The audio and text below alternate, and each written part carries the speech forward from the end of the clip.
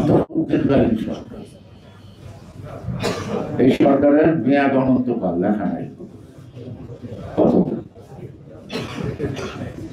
কিন্তু বর্তমান সরকারের মেয়াদ লেখা আছে 90 দিনের পরে ক্ষমতা হস্তান্তরের প্রক্রিয়াগত বিষয় হয়তো পাশা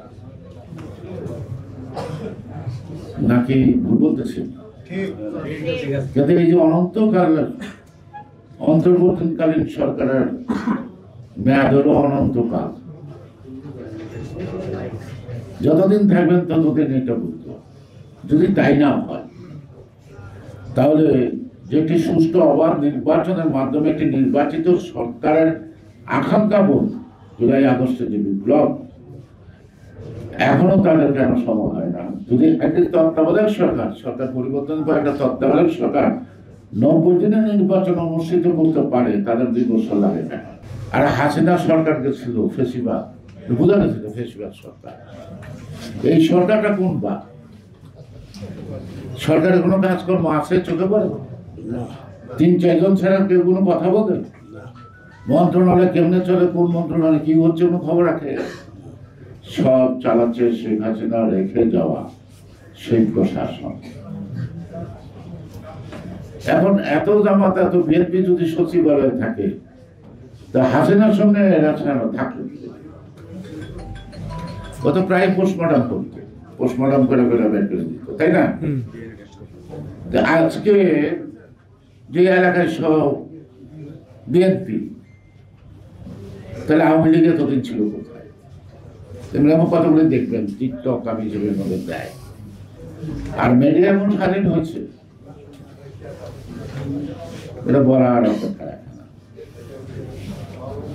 স্বাধীনতা গণতন্ত্রের মধ্যে কিন্তু দায়িত্ববোধটা থাকে। মিডিয়া স্বাধীনতা যা খুশি তাই বলবো, যাকে খুশি তাকে বলবো, যেমন আমার ভোট আমি দেবো, যাকে খুশি তাকে দেবো। আর মিডিয়া সোশ্যাল মিডিয়া যেমন হয়েছে, আমার কথা আমি বলবো, যাকে খুশি তাকে বলবো, যা খুশি তাই বলবো। এবং এগুলো করলে কান গরম হয়ে যায় এবং মানুষের মাথা নষ্ট করে ফেলে। ছোট ছোট শিশু বাচ্চাদেরকে নানা ধরনের যে উপসর্গগুলি তৈরি করতেছে, একেবারে আমি অনেকগুলো কথা বলতে উচ্চারণ করতে পারবো না, এখানে মা বলতে লাগছে তাদের এখানে পাবেন। এই স্বাধীনতা আমরা কোথায় দেবো? ব্যবসা দেবো না দোষে দেবো? আর যাদেরকে মৌলবাদী বলেন, আমি তাদের মৌলবাদী বলি না। তারা ব্যবসার টিকিট বিক্রি করতেছে, অর্থাৎ কাগজে থাকলে আপনার ব্যবসা যাবেন, আর কাগজে না থাকলে দোষে যাবেন। আর নিজেরা ব্যবসা যাবে না, কথা কিন্তু তারা জানে না। আমি বলবো সাম্প্রদায়িক শক্তির উত্থান করছে। আমরা ফ্যাসিবাদের থেকে মুক্তি পেয়েছি, কিন্তু গণতান্ত্রিক মূল্যবোধ থেকে আমরা এখন সাম্প্রদায়িক উগ্র উন্মাদনার সৃষ্টি শুরু হয়ে গেছে, যেটার মধ্যে যে মত তৈরি। এবং আমরা যদি গণতন্ত্রের পথে রাষ্ট্র ব্যবস্থাকে না রাখতে পারি, তাহলে সাম্প্রদায়িক হবে ফ্যাসিবাদের চেয়ে দ্বিগুণ কঠিন এবং জনজীবন ধ্বংসের শেষ মতো। অনেকগুলি দল আছে যারা ব্যস্ত টিকিট টিকিট বিক্রি করতেছে, এদের একখানা পর্যন্ত পারে। একটা লোক যদি মারা যায়, এটা নিয়ে কোনো বিতর্ক ওঠে, 5 জন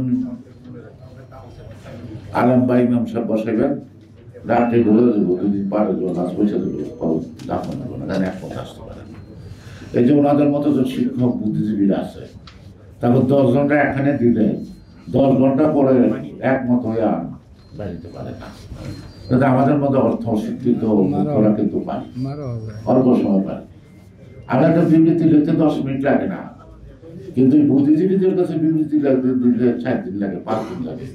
শব্দ বয়ন, শব্দ চয়ন, সঠিক ব্যাঠিক, সাধু ভাষা, চলতি ভাষা, কত কথা কত কথা। তো সুতরাং সহসাপটা মানুষ, গণতন্ত্র মানে হলো জনগণ ভুলবশতই হোক আর সঠিকভাবেই হোক, সে ভোট দিবে, একটা সরকার নির্বাচিত হবে। আবার জনগণ যদি মনে করে যে ভোট দেওয়া ভুল করছি, তাহলে আরেকবার ভোটের সময় দিবে না, এটাই তো স্বাভাবিক। এই সোজা পথটা আমাদের চলতে কষ্টটা কেন? আর অন্তর্বর্তীকালীন সরকার তো সংস্কার, গান গাইতে গাইতে অনেক কুসংস্কার পরিণত করা হয়েছে। আমরা গণতন্ত্র চাই নিরঙ্কুশ ভাবে। আমাদের নেতা তারেক রহমান প্রথমে বলছে, আপনার ভোট আপনিই দিবেন, আমাকে নাই বাদেন, কিন্তু আপনাদের ভোটের অধিকার আন্দোলন করছে আমার পাশে থাকেন, ক্লিয়ার করে দিয়েছে। কিন্তু আমরা যারা বিএনপি করি সবাইকে তারেক রহমানের মতো বলি নাকি? আমরা তো সবাই একটি হইতে চাই, তোরা যে যার বলিস ভাই। আমরাই কিন্তু এলাকার মধ্যে নিজেরা একজন আরেকজনের বিরুদ্ধে কাদা শুরু করি, আর সোশ্যাল মিডিয়া মজা করে ফেলেছে সেটা কে পারে কি করে।